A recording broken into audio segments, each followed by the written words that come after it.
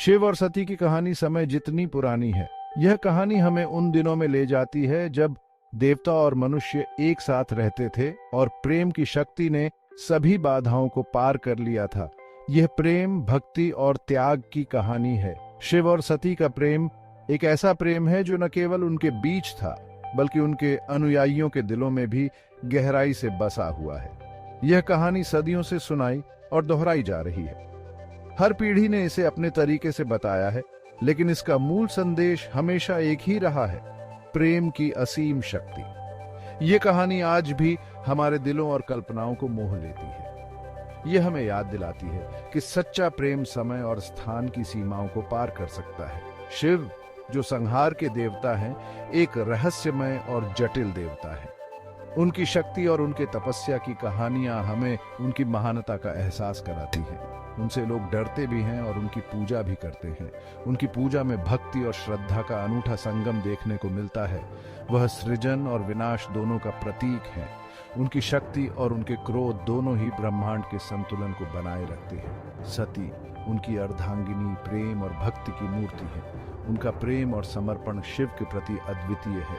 वह दक्ष की पुत्री है, जो एक शक्तिशाली राजा हैं और जो उनके मिलन का विरोध करते हैं। लेकिन सती का प्रेम और समर्पण शिव के प्रति अडिग रहता है। उनकी प्रेम कहानी प्रेम की शक्ति का प्रमाण है।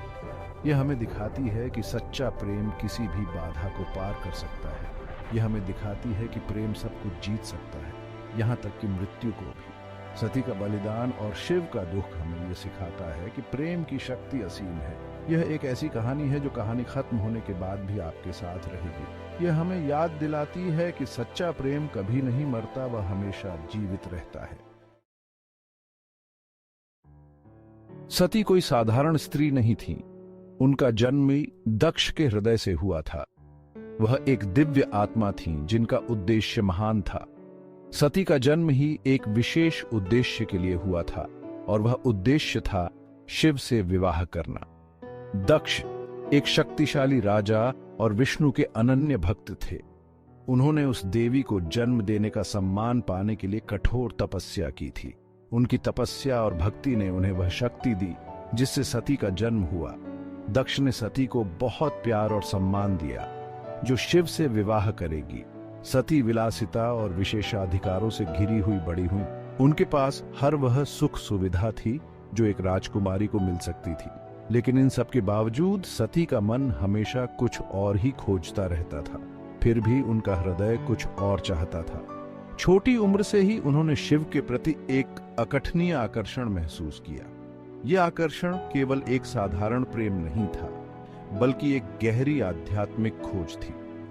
सती को हमेशा ऐसा लगता था कि उनका सच्चा उद्देश्य शिव के साथ जुड़ा हुआ है। वह उनकी शक्ति, तपस्या और अलौकिक स्वभाव की ओर आकर्षित हुई। सती अपने दिन ध्यान और प्रार्थना में बिताती थी।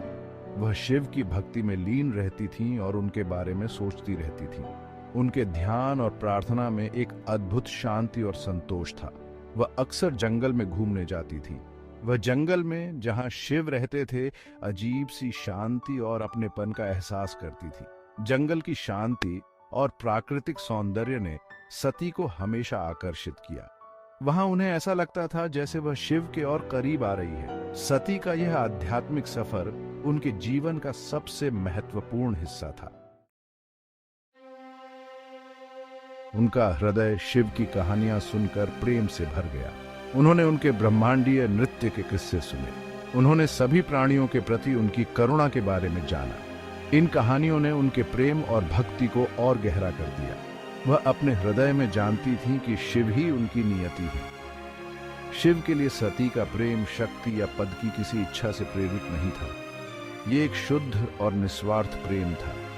ये एक ऐसा प्रेम था जो भौतिक दायरे से परे था। ये एक ऐसा प्रेम था जो केवल एक देवी ही एक देवता के लिए महसूस कर सकती थी। सती की भक्ति पर किसी का ध्यान नहीं गया, ऐसा नहीं था।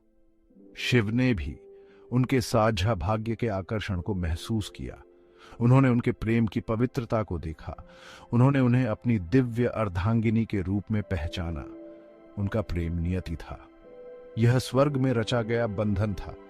उनका मिलन एक ब्रह्मांडीय घटना थी, यह समारोह पूरे ब्रह्मांड में मनाया गया। सभी देवी देवताओं ने खुशी मनाई। उन्होंने दंपति पर आशीर्वाद की वर्षा की। धरती खिल उठी, नदियां दूध और शहद से बहने लगी। यह एक नए युग की शुरुआत थी। हालांकि उनकी खुशी अल्पकालिक थी। दक्ष अपने अहंकार में अंधे होकर शिव को नापसंद करते थे। उन्होंने शिव को एक तपस्वी, एक बाहरी व्यक्ति और अपनी शक्ति के लिए खतरा माना। दक्ष ने उनके मिलन को स्वीकार करने से इनकार कर दिया। दक्ष की अस्वीकृति ने उनके और उनकी प्यारी बेटी के बीच दरार पैदा कर दी। इसने कलह के बीज बोए। इस कलह के दूरगामी परिणाम होंगे। यह अंततः घटनाओं के दुखद मोड़ की ओर ले जाएगा। दक्ष ने एक भव्य यज्ञ करने का फैसला किया। यह यज्ञ न केवल धार्मिक महत्व का था, बल्कि सामाजिक और सांस्कृतिक दृष्टिकोण से भी अत्यंत महत्वपूर्ण था। उन्होंने सभी देवी देवताओं को आमंत्रित किया। इस आयोजन में सभी प्रमुख देवताओं का आना सुनिश्चित किया गया था। हालांकि उन्होंने जानबूझकर शिव और सती को नहीं बुलाया। यह निर्णय उनके और शिव के बीच के पुराने विवादों का परिणाम था। यह बहुत बड़ा अपमान था। शिव और सती का न बुलाया जाना देवताओं के बीच एक बड़ी चर्चा का विषय बन गया। सती अपने पिता के इस कृत्य से बहुत दुखी हुई। उन्हें अपने पिता से इस प्रकार के व्यवहार की उम्मीद नहीं थी। शिव की चेतावनियों के बावजूद सती ने अपने पिता का सामना करने का फैसला किया। उन्होंने सोचा कि शायद वह अपने पिता को समझा सकेंगी। उसने अपने पिता को समझाने की उम्मीद की। सती ने अपने पिता से बात करने का प्रयास किया, ये सोचकर कि शायद वह अपनी गलती को समझेंगे। उनका मानना था कि उनके प्रति उनका प्रेम उन्हें अपनी गलतियों को समझने में मदद करेगा। हालांकि दक्ष अड़े रहे।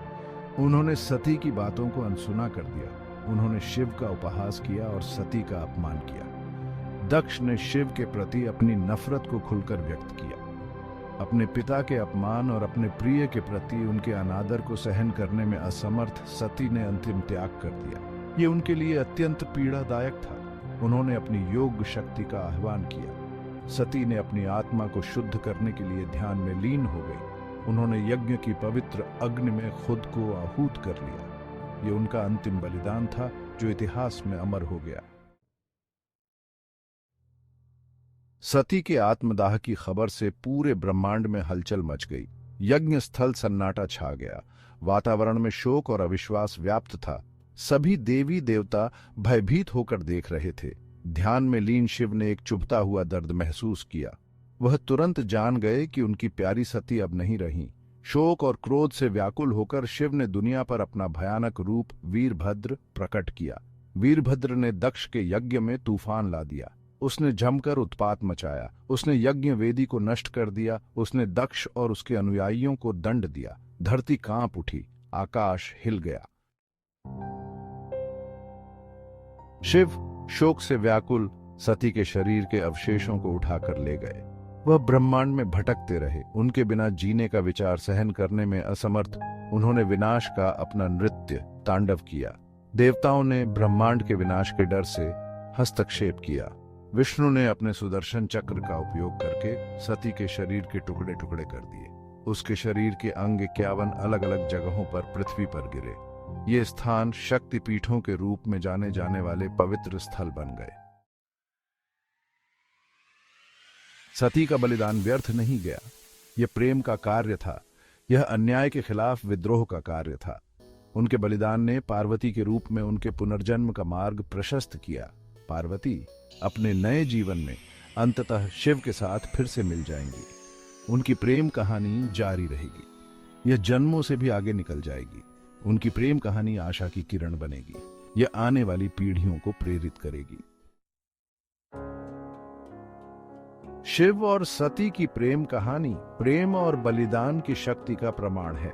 यह एक ऐसी कहानी है जो सदियों से सुनाई और दोहराई जा रही है और यह आज भी लोगों को भावुक करती है।